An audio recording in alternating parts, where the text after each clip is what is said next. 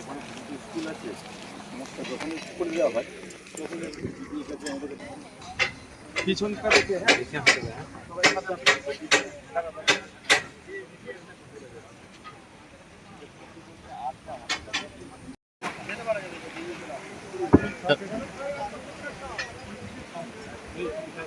সব সেফ মানে ম্যাম এই যে রাস্তাটা দেখছেন, এই যে রাস্তাটা যে আমরা এলাম, এই রাস্তাটার ওই পারের বাড়িগুলো অতটা অসুবিধা হয় না, মানে ওই ওভারটপিংটা হয় না, এইটা ওভারটপিং হয়েছে।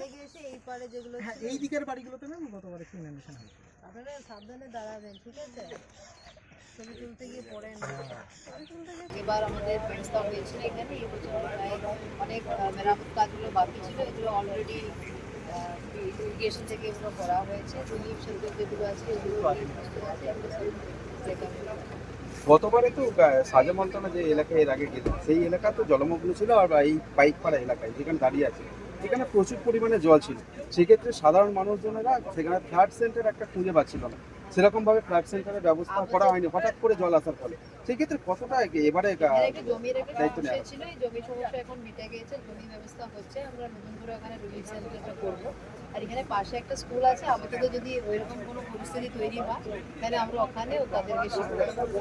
এখনো পর্যন্ত কতগুলো পরিকল্পনা করা হয়েছে জামালপুর বা অন্যান্য আমাদের যে ইরিগেশন যেখানে বাঁধগুলো ভেঙে গিয়েছিল, যেগুলো আমাদের সুইচ গেটগুলো খারাপ ছিল, যেমন রিপেয়ার দরকার ছিল, সব কিছু কাজ অলরেডি ইতিমধ্যে শুরু হয়েছে।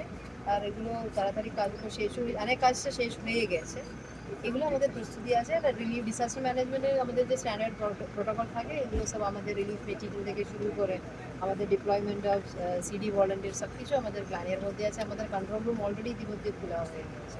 আর জামালপুরে ম্যাম এই জ্যোতিরাম পঞ্চায়েতের এর উপারটা ঠিক শিয়ালিপোড়া এলাকা, সেইখানে বেশ কিছুটা অংশ পুরোপুরি ভেঙে গেছিল জল আসার ফলে।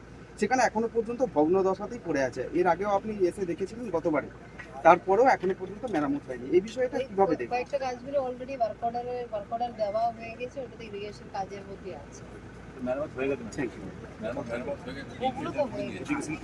প্রথম গেলাম অমরপুরে গেলাম।